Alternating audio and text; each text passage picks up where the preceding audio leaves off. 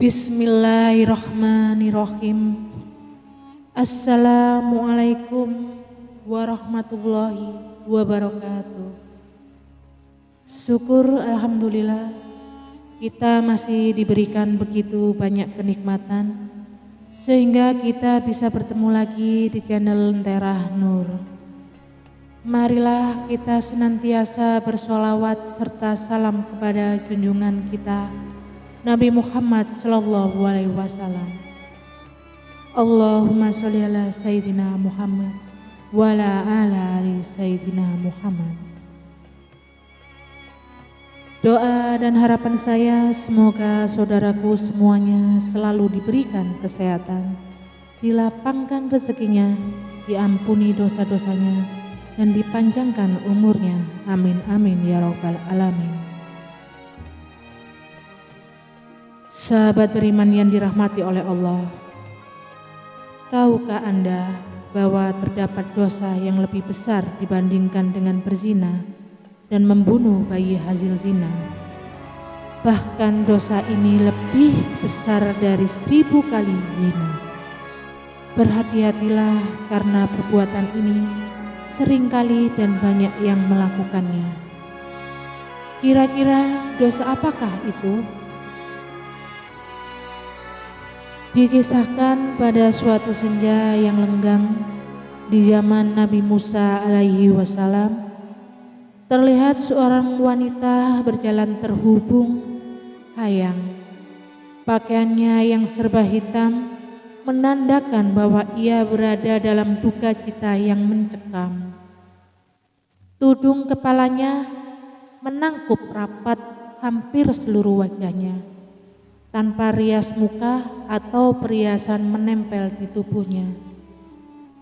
Kulit yang bersih, badan yang ramping, dan roman mukanya yang ayu tidak dapat menghapus kesan kepedihan yang tengah meroyak hidupnya. Ia melangkah terseret-seret mendekati kediaman rumah Nabi Musa alaihi wasallam. Diketuknya pintu perlahan-lahan sambil mengucap salam. Maka terdengarlah ucapan dari dalam, "Silakan masuk." Perempuan cantik itu pun lalu berjalan sambil kepalanya terus menunduk. Air matanya berderai tak kalah ia berkata, "Wahai Nabi Allah, tolonglah saya. Doakan saya agar Tuhan berkenan mengampuni dosa kecil saya." "Apa dosamu, wahai wanita ayu?" tanya Nabi Musa alaihi wasallam. "Saya takut mengatakannya," jawab wanita ayu tersebut. "Katakanlah, jangan ragu-ragu," desak Nabi Musa. Maka perempuan itu pun secara ketakutan bercerita, "Saya telah berzina." Perempuan itu pun meneruskan ceritanya, "Dari perzinaan itu saya pun hamil. Setelah anak itu lahir, kemudian saya langsung mencekik lehernya sampai meninggal." Ucap wanita itu seraya menangis. Mata Nabi Musa pun berapi-api. Dengan muka berang ia menghardik perempuan celaka. "Pergi kamu dari sini, agar siksa Allah tidak jatuh ke dalam rumahku karena perbuatanmu," teriak Nabi Musa sambil memalingkan wajah karena jijik. Ia menangis tersengguk-sengguk dan keluar dari rumah Nabi Musa. Ratap tangisnya amat memilukan. Ia tak tahu harus kemana lagi hendak mengadu. Bahkan ia tak tahu kemanakah kakinya akan melangkah bila seorang nabi saja sudah menolaknya. Bagaimana pula manusia lain bakal menerimanya? Terbayang olehnya betapa besar dosanya, betapa jahat perbuatannya. Setelah wanita ayu keluar dari rumah Nabi Musa, malaikat Jibril pun turun mendatangi Nabi Musa. Malaikat Jibril lalu bertanya, "Mengapa engkau menolak seorang wanita yang hendak bertaubat dari dosanya? Tidakkah engkau tahu dosa yang lebih besar daripadanya?" Nabi Musa pun terperanjat. "Dosa apakah yang lebih besar dari kekejian wanita pezina dan pembunuh bayi itu?" Maka Nabi Musa dengan penuh rasa ingin tahu bertanya kepada malaikat Jibril, "Betulkah ada dosa yang lebih besar daripada perempuan yang hina itu?" "Ada," jawab malaikat Jibril dengan tegas. "Dosa apakah itu?" tanya Nabi Musa yang kian penasaran. "Orang yang meninggalkan sholat dengan sengaja dan tanpa menyesal," jawab malaikat Jibril. "Orang itu dosanya lebih besar daripada 1000 kali berzina," lanjut malaikat Jibril. Mendengar penjelasan ini, Nabi Musa kemudian mengangkat wanita tadi untuk menghadap kembali kepadanya. Ia mengangkat tangan dengan khusyuk untuk memohonkan ampun kepada Allah Subhanahu wa Ta'ala untuk perempuan tersebut.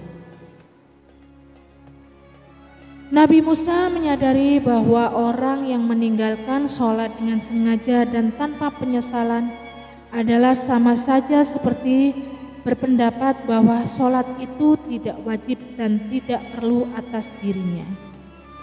Berarti ia seakan-akan menganggap remeh perintah Allah Subhanahu wa Ta'ala. Bahkan seolah-olah menganggap Allah Subhanahu wa Ta'ala tidak punya hak untuk mengatur dan memerintah hambanya. Sedangkan orang yang bertaubat dan menyesali dosanya dengan bersungguh-sungguh berarti masih mempunyai iman di dadanya dan yakin bahwa Allah itu ada. Itulah sebabnya Allah pasti mau menerima kedatangannya. Kaum muslimin bersepakat bahwa meninggalkan sholat 5 waktu dengan sengaja adalah dosa yang paling besar dan dosanya lebih besar dari dosa membunuh, merampas harta orang lain, berzina, mencuri, dan meminum minuman keras. Orang yang meninggalkan sholat dengan sengaja akan mendapat hukuman dan kemurkaan Allah Subhanahu wa Ta'ala serta mendapatkan kehinaan di dunia dan di akhirat. Dalam riwayat lain juga dijelaskan bahwa betapa kejamnya siksaan bagi mereka yang meninggalkan sholat. Dalam riwayat lain juga dijelaskan betapa kejamnya siksaan bagi mereka yang meninggalkan sholat. Adapun ganjaran dosa ketika kita dengan sengaja meninggalkan sholat fardu diantaranya adalah sebagai berikut. Jika 1 kali meninggalkan sholat subuh, hukumannya adalah masuk ke dalam neraka selama 30 tahun. 1 hari di neraka sama dengan 60.000 tahun di dunia. Artinya 1 kali dengan sengaja meninggalkan sholat subuh akan mendekam selama 60.000 tahun di neraka. Jika meninggalkan 1 kali sholat duhur, dosanya sama dengan membunuh 1000 umat Islam. Jika meninggalkan 1 kali sholat asar, dosanya sama dengan dosa meruntuhkan Ka'bah. Jika meninggalkan 1 kali sholat maghrib, dosanya sama dengan dosa berzina dengan ibu ataupun ayah. Jika meninggalkan 1 kali sholat isya, Allah tidak akan meridhoi untuk tinggal di bumi dan akan didesak mencari tempat hidup yang lain. Janganlah meninggalkan sholat dalam keadaan apapun. Semoga kita semua menjadi orang-orang yang senantiasa mendirikan sholat, melaksanakannya tepat waktu, serta mampu mengajak keluarga lainnya untuk sholat tepat waktu dengan istiqomah. Demikian yang bisa saya bagikan, semoga bisa bermanfaat. Assalamualaikum warahmatullahi wabarakatuh.